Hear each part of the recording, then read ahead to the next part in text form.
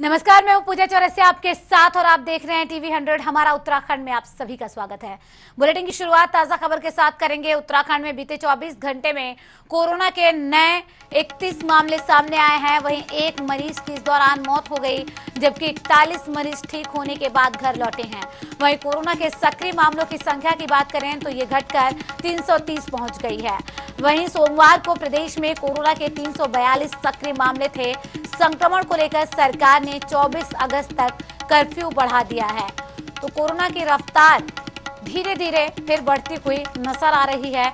31 नए मरीज मिले हैं, जबकि एक मरीज की इलाज के दौरान जान चली गई। तो बीते 24 घंटे में कोरोना के 31 नए मामले सामने आए हैं, जबकि 41 मरीज ठीक होने के बाद अपने घर को लौटे। वहीं कोरोना के सक्रिय मामलों की संख्या की बात की जाए तो ये घटकर 330 पहुंच गई है, जबकि सोमवार को प्रदेश में कोरोना के 342 सक्रिय मामले थे। अब ऐसे में सरकार बिल्कुल भी ढील देने के मूड में नजर नहीं आ रही है और 24 तारीख तक कर्फ्यू बढ़ा दिया गया है। अधिक जानकारी के साथ संवाददाता मदन जुड़ गए हैं फोन लाइन पर देहरादून से। मदन, जिस तरीके से अब एक बार फिर कह सकते हैं कि धीरे धीरे कोरोना की रफ्तार बढ़ने लगी है, ऐसे में सरकार भी ढिलाई बरतने के मूड में नहीं है। जी, निश्चित रूप से सरकार जो है बात अगर ढिलाई की करे तो कहीं ना कहीं जिस तरीके से तीसरी लहर का अंदेशा है, तो सरकार सजग है। और अगर उत्तराखंड के परिप्रेक्ष्य में बात करें तो उत्तराखंड में धीरे धीरे केस कम हो रहे हैं। जिस तरीके से आज केवल 31 केस पॉजिटिव आए हैं और अगर रिकवरी प्रोसेसिंग की बात करें तो वो भी लगभग 90% जो है यहाँ पे पहुंच गई है। हालांकि यहाँ पे स्कूल खोल दिए गए हैं छठी से ऊपर के सारे, लेकिन उसके बावजूद भी उत्तराखंड में जो है इतने ज्यादा केस नहीं है। धीरे धीरे केस कम होते जा रहे हैं, तो ये उत्तराखंड के लिए अच्छी खबर है। हाँ, ये बात निश्चित रूप से कहना पड़ेगी कि खतरा भी टला नहीं है, तीसरी लहर का अंदेशा, इसलिए जो है प्रिकॉशन जरूरी है। सरकार जो है कोरोना के प्रति निश्चित रूप से सजग है और मुक्त देश की कामना की है कोरोना को लेकर। तो जो नियम कायदे जो बना है निश्चित रूप से उसका पालन करना पड़ेगा। और अगर हम बात करें, अभी चुनाव आने वाले हैं, धरना प्रदर्शन हुआ और तमाम पार्टियां जो है अपने यहाँ पे कार्यक्रम करती है, तो उसको लेके भी कहीं ना कहीं सरकार को सजग होना पड़ेगा, क्योंकि ज्यादा भीड़ यहाँ पे एकत्रित होगी तो कहीं ना कहीं केस फिर बढ़ सकते हैं। और जैसे कि मैंने पहले भी कहा कि सितंबर में जो है तीसरी लहर का अंदेशा है, तो निश्चित रूप से सरकार को नजर रखनी पड़ेगी। लेकिन मदन, अच्छी बात यह है कि सक्रिय मामलों की संख्या धीरे धीरे घट रही है। जहाँ 342 सक्रिय मामले सोमवार को थे, तो वहीं अब 330 पहुंच गई है।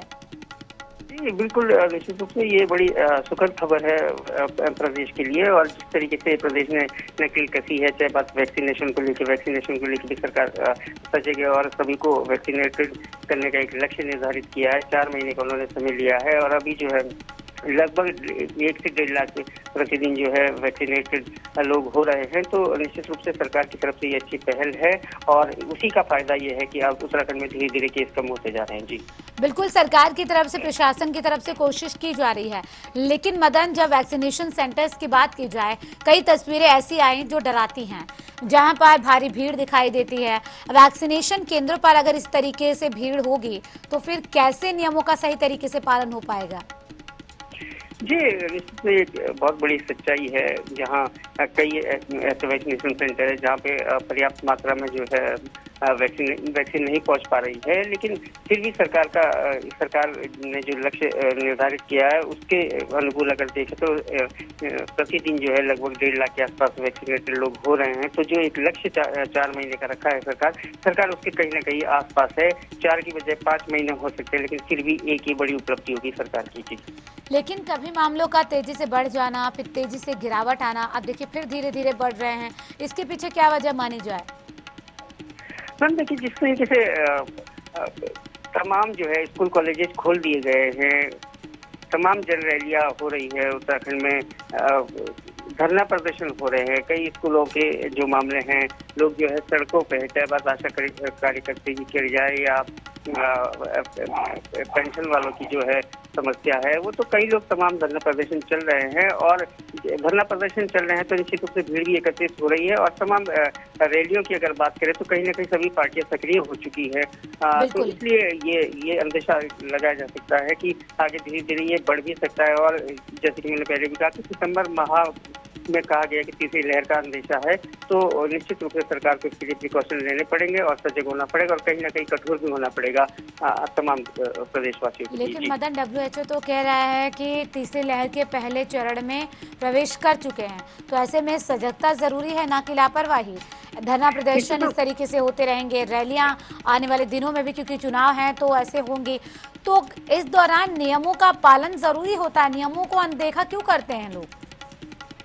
मैम निश्चित रूप से लोगों को नियम का पालन करना चाहिए, लेकिन जिस तरीके से हमने अगर विगत वर्षों की बात करें तो एक ये परंपरा सी बन गई है कि जब भी चुनाव नजदीक आते हैं तो कहीं ना कहीं चाहे सभी विभागों की बात करें या सभी चुनाव पार्टियों की बात करें तो वो कहीं ना कहीं जो है धरने प्रदर्शन करती रहती है, चाहे बात पार्टियों की एक दूसरे के विपरीत कहें या फिर लोग अपनी तमाम समस्याओं को लेकर धरने प्रदर्शन करते थे। ये परंपरा जैसी बनी है और निश्चित रूप से इसका खात्मा होना जरूरी है और उसके लिए सरकार को बड़े कदम उठाने पड़ेंगे, नहीं तो खतरा अभी टला नहीं है और तीसरी लहर जो है कहीं ना कहीं हमें विगत दिनों की याद न दिलाए। बिल्कुल, और इसके लिए रामबाण इलाज एक ही है, वैक्सीनेशन तेजी के साथ हो और कोशिश भी पूरी की जा रही है शासन प्रशासन की तरफ से।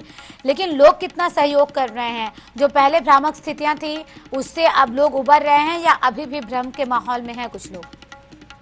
निश्चित रूप से कई परिवार ऐसे हैं जिन्होंने जो है अपने परिजनों को खोया है, तो कहीं ना कहीं लोग सजग भी है और उसी का ये परिणाम भी है कि प्रदेश में जो है धीरे धीरे केस कम होते जा रहे हैं। हालांकि अगर बात करें आने वाली स्थिति को लेकर तो उसके लेकर कहीं ना कहीं सरकार को सजग होना पड़ेगा और सरकार कोशिशें करती रहती है तमाम तरीके से, लेकिन सबसे बड़ी बात है कि हमको स्वयं को इस बात को समझना होगा कि जब तक हम खुद सजग नहीं होंगे तब तक ये खतरा चलेगा। फिलहाल अगर अस्पतालों की बात की जाए मदन, अस्पतालों के हालात कैसे हैं? वहां पर किस तरह की व्यवस्थाएं तीसरी लहर से निपटने के लिए की गई हैं? जी निश्चित रूप से यहाँ पे व्यवस्था चाक चौबंद है और तमाम अभी जो है जितने भी बड़े हॉस्पिटल है वो अभी खोले गए हैं। कहीं ना कहीं तो कोरोना को लेके हॉस्पिटल बंद है और अभी जो है दोबारा से प्रक्रिया शुरू हुई है, ओपीडी यहाँ पे शुरू हो गई है, लेकिन फिर भी नियम और कायदे का पालन किया जा रहा है। जिस तरीके से यहाँ पे परिस्थितियाँ बनाई गई है वो कहीं ना कहीं अच्छी नजर आ रही है। कोई ऐसा अभी तक जहां लोग ये मान रहे थे कि तीसरी लहर के दौरान बच्चों को ज्यादा खतरा होगा, लेकिन एक चौंकाने वाली रिपोर्ट सामने आई है मदन कि गर्भवती महिलाओं को ज्यादा खतरा होगा। तो ऐसे में गर्भवती महिलाओं को सही तरीके से इलाज मिल पाए, सही तरीके से उनकी देखरेख हो, इसके लिए क्या अस्पतालों में कोई व्यवस्था की गई है? जी निश्चित रूप से एक ये बड़ा खतरा है। जिस तरीके से गर्भवती महिलाओं को क्योंकि नवजात शिशु जो पैदा होंगे उनके लिए खतरा है, तो ये बड़ी परेशानी का सबब है प्रदेश के लिए कहें या पूरे भारतवर्ष के लिए। लेकिन अगर बात करें उत्तराखंड की तो कहीं ना कहीं तमाम योजनाएं उत्तराखंड सरकार ने चला रखी है और जो भी गर्भवती महिलाएं हैं या छोटे बच्चे हैं उनके